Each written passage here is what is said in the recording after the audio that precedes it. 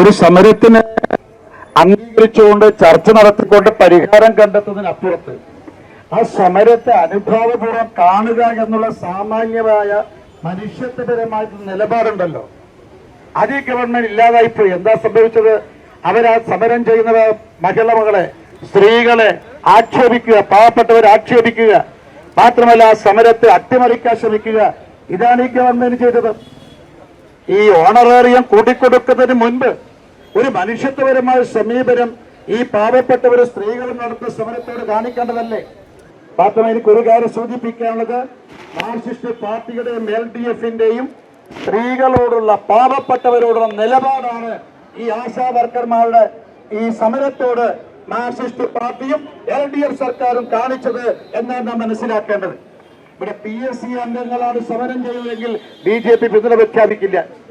അതേപോലെ തന്നെ ഡൽഹിയിൽ അവിടെ ചില്ലുമേടയിൽ ഇരുന്നിട്ട് കേരളത്തിന്റെ അവകാശങ്ങൾ കേന്ദ്രത്തിൽ നിന്ന് പോരടിച്ചു വാങ്ങാനാണെന്ന് പറഞ്ഞിരിക്കുന്നുണ്ട്. അയാൾക്ക് 6 ലക്ഷം രൂപയാണ് ഇപ്പോൾ കൂട്ടിക്കൊടുത്തത്. അത്തരം ആളുകളുടെ അവകാശം, അത്തരം ആളുകൾ സമരം നടത്തിയ ഞങ്ങൾ പിന്തുണക്കാൻ പോകുന്നില്ല. പക്ഷെ ഇവിടെ സമരം നടത്തിയ പാവപ്പെട്ടവരാ, സാധാരണക്കാരാ, സ്ത്രീകളാ, മിതവും ന്യായവുമായ ആവശ്യം ഉന്നയിച്ചുകൊണ്ടാണ് അവർ സമരം നടത്തുന്നത്.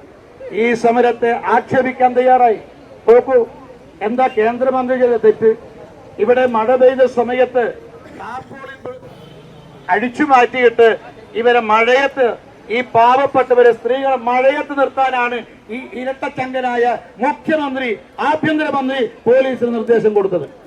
അവർ മഴയത്ത് നിർത്താൻ ശ്രമിച്ചപ്പോ കേന്ദ്രമന്ത്രി ഒരു കുട കൊടുത്തിട്ട് മഴയത്ത് അവരെ സംരക്ഷിച്ചു. ഇതാണ് തെറ്റ്. ഞങ്ങൾ കുട മാത്രം കൊടുത്തല്ല ഈ ആശാ വർക്കർമാരെ സംരക്ഷിക്കാൻ പോകുന്നത്.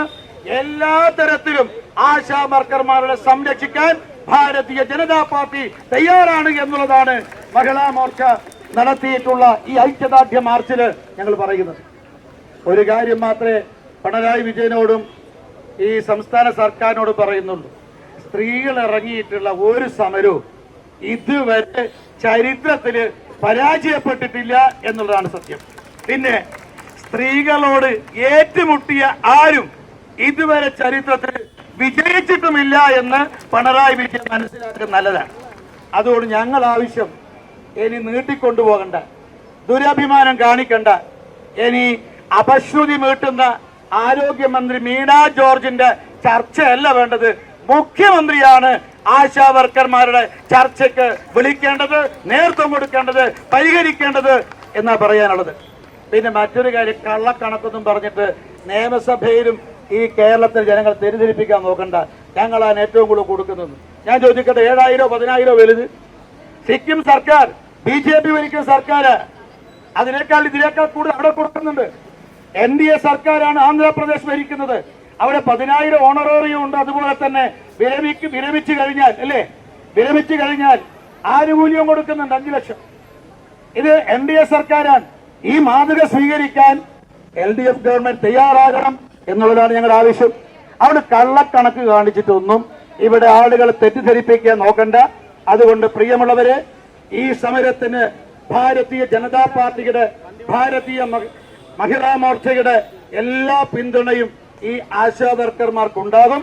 ഇത് അട്ടിമറിക്കാനാണ് സർക്കാർ ശ്രമിക്കുന്നതെങ്കിൽ കൂടുതൽ വലിയ സമരത്തിന് ഈ ഗവൺമെന്റിനോട് ഞങ്ങൾ പറയുന്നു, വലിയ സമരം നിങ്ങൾ കാണേണ്ടതായിട്ട് വരും.